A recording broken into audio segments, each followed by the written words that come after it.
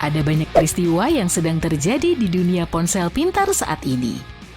Samsung merilis ponsel baru yang akan dikemas dengan fungsi artificial intelligence baru. Perusahaan ini menjanjikan bahwa ponsel ini akan dapat menerjemahkan bahasa selama panggilan telepon, mencari sesuatu dengan melingkari benda-benda tersebut dalam sebuah gambar, dan bahkan membantumu mengedit foto dengan kemampuan seperti Photoshop. Ini berarti ada dua hal utama bagi kita sebagai konsumen. Kita mungkin harus bersiap untuk mengucapkan selamat tinggal pada ponsel pintar. Sisi terangnya, kita akan merasakan fitur-fitur baru yang keren dan peningkatan pada ponsel kita. Pada tahun 1994, Motorola 888 menjadi hit, tapi ponsel ini hanya memberimu 15 menit waktu bicara sebulan. Wow! Lalu Motorola mengeluarkan Razr V3, tipis, ramping, dan dilengkapi fitur seperti SMS dan game. Pada tahun 2007, Apple mengubah dunia dengan iPhone pertamanya. Itu bukan hanya sebuah peningkatan, itu benar-benar mengubah cara kita melihat ponsel. Apple memperkenalkan layar sentuh, sebelum iPhone sebagian besar ponsel memiliki tombol fisik atau keyboard. Apple juga memberi kita App Store, memudahkan kita mengakses internet dimanapun kita berada, dan tentu saja ada juga kamera built-in yang hebat. Kini sudah ada iPhone 15 dan kita hidup di dunia di mana setiap orang memiliki smartphone. Lebih dari 2 miliar smartphone telah terjual di seluruh dunia. Hampir 7 dari 10 orang di planet ini memiliki ponsel cerdas sekarang. Generasi baru telah menggunakan smartphone sejak lahir, jadi mereka tidak akan terlalu terkesan dengan fungsi-fungsi baru.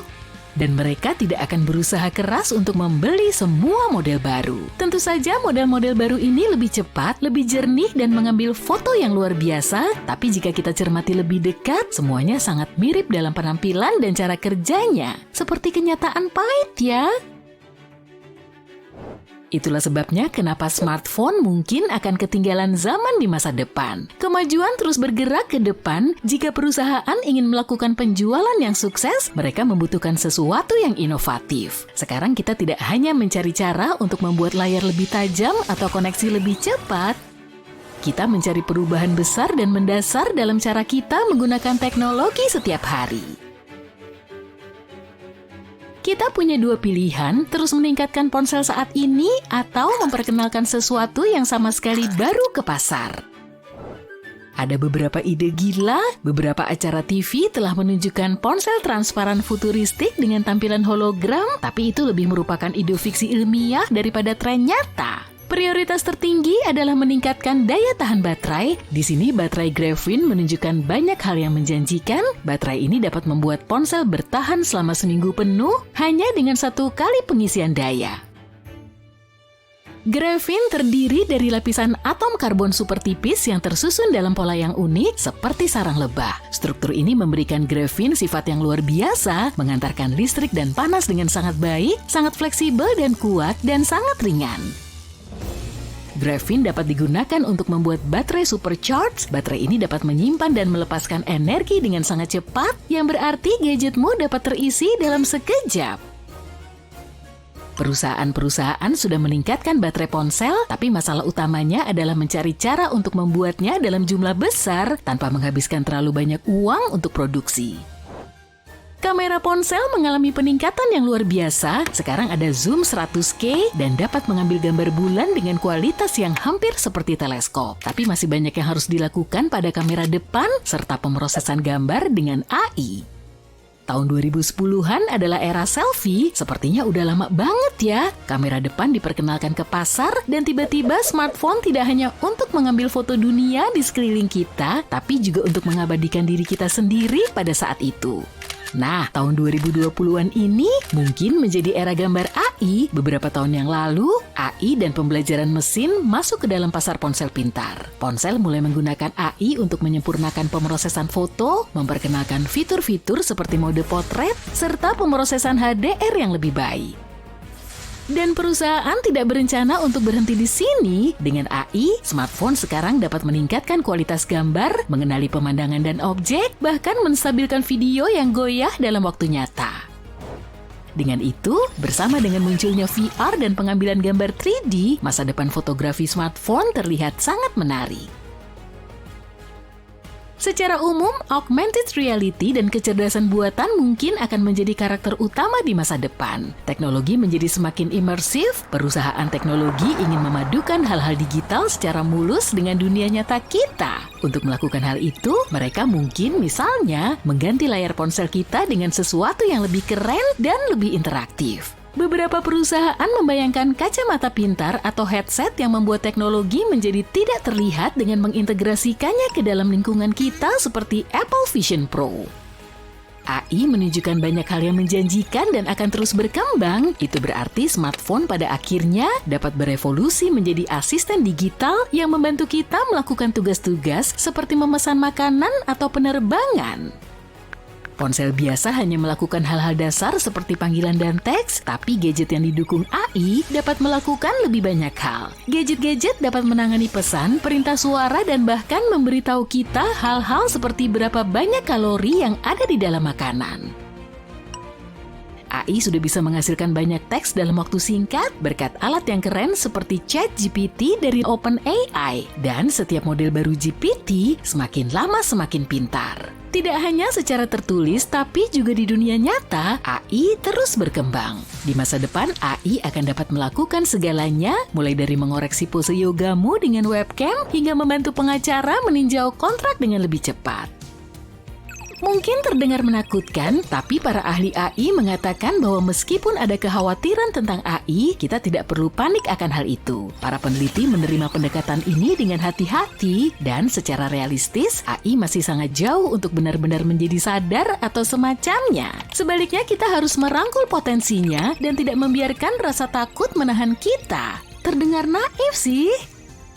Ponsel bukanlah satu-satunya hal yang mengantisipasi perubahan besar. Human Inc. sedang mengerjakan gadget seperti AI Pin. Ini adalah perangkat kecil yang kamu kenakan seperti peniti yang bisa kamu kendalikan dengan suara dan gerakan tangan. Alat ini menggantikan layar dengan memproyeksikan informasi ke tanganmu menggunakan laser. Ini akan seperti memiliki asisten pribadi yang bersamamu sepanjang waktu.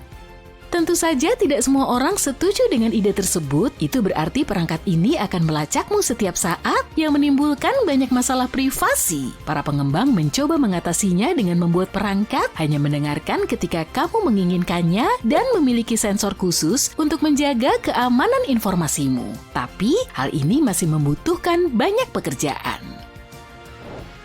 Hal lain yang menjanjikan adalah antarmuka otak komputer atau BCI. BCI seperti jembatan antara otak kita dan dunia luar. Dia menangkap sinyal dari otak kita menggunakan elektroda yang merupakan sensor kecil dan mengirimkan sinyal tersebut ke komputer. Kemudian, komputer akan mengubah sinyal-sinyal tersebut menjadi tindakan. Hal ini akan membantumu menggerakkan tangan palsu atau bahkan mengontrol smartphone.